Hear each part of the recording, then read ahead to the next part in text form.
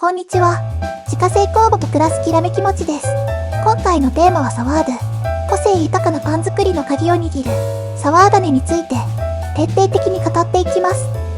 ところで皆様の酵母さんたちはお元気でしょうか？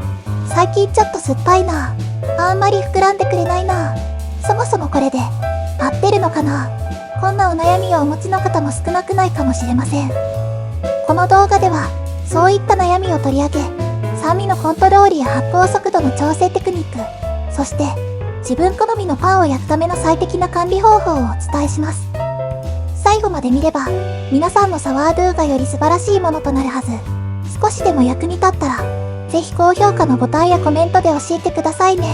何度でも見返して素敵なパン焼きライフを送りましょう。それでは早速解説へと移りたいところですが、まずはサワードゥの基本についておさらいしておきましょう。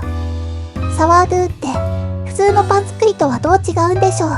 粉と水から作られるその仕組みを見ていくと、野生の酵母ということだけでなく乳酸菌の力が大いに関係してくることがわかります。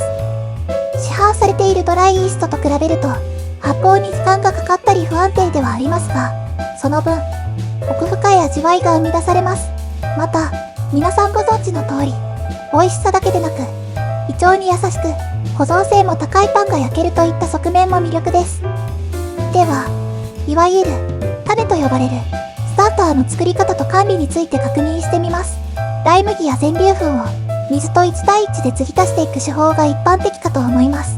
はじめの1週間は毎日粉と水を加えていき、発酵が安定するのを待ちます。その後はこの餌やりの頻度を落としたり、冷蔵保存へ移行したりと、それぞれのライフスタイルに合わせて管理していきます。慣れないうちは戸惑うことも多いかもしれません。しかしまるで生き物を育てているような感覚をつかむと、日々酵母さんたちの状態に応じてお世話をすることがとても楽しくなるはずです。続いてサワードゥの発酵を左右する要素について見ていきます。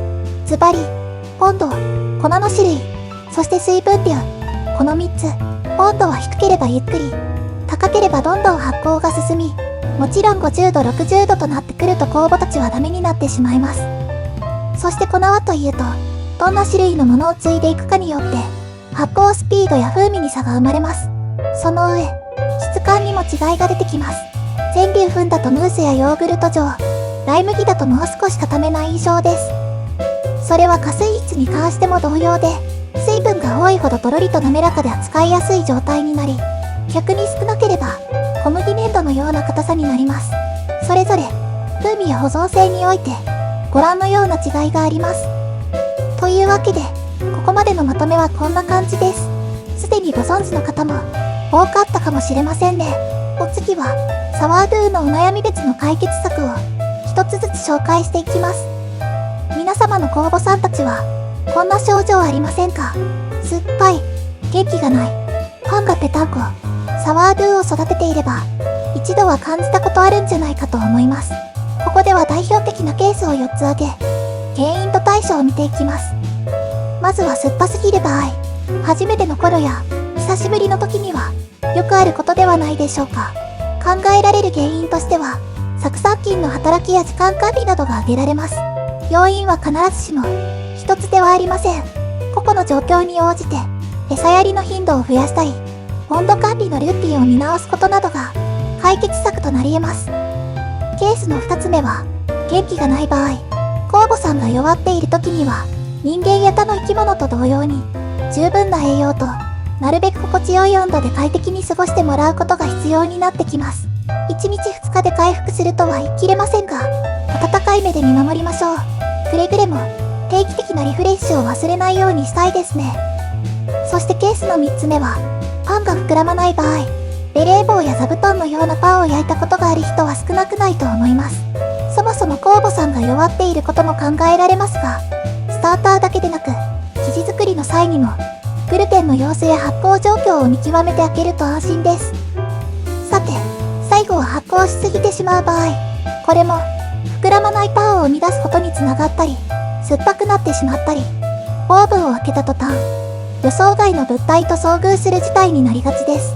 とにかく涼しくテキパキと自家製酵母だからといってほったらかしにしすぎないようにしたいですね。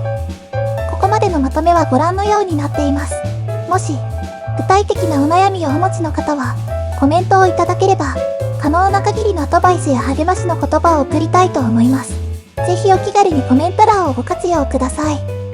ここからは、サワードゥの応用テクニック。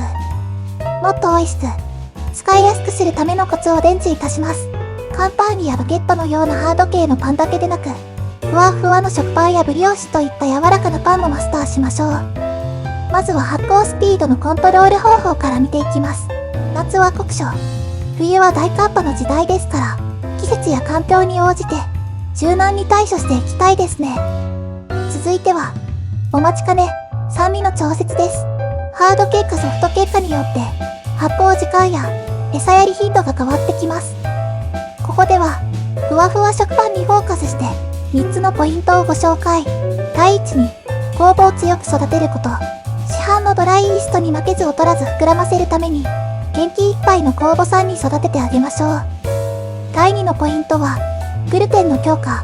あらかじめ加水率を下げておくこと。そしてこれはパン生地になった状態でのお話ですが、あまり長々と発酵させたりせず、パンチもうまく活用して、質の良いグルテンを作っていきましょう。第3は風味です。酸味を抑える必要があります。なるべくフレッシュに、そして酢酸菌が優位になりすぎないような環境での管理を意識しておくと良いと思います。おまけに、ハード系のパンについてもちょこっとコツをご紹介。香ばしさと旨味を最大限に引き出しましょう。ほとんど、これまでのおさらいに近いですね。この動画の中で何度、酸味という言葉が登場したことでしょう。熟成したパン生地の旨味は、ハード系ならではですから、ぜひ皆さんも、自分好みの味わいを求め、今回のテクニックを活用した酵母管理にチャレンジしてみてくださいね。ワンランク上のパン作りが、待っているはず。サワードという極めてニッチなお話でしたが、この動画を楽しんでくれた方は、ぜひ高評価のボタンで教えてくれると嬉しいです。もちろん、質問や感想なども、大歓迎です。お気軽にどうぞ。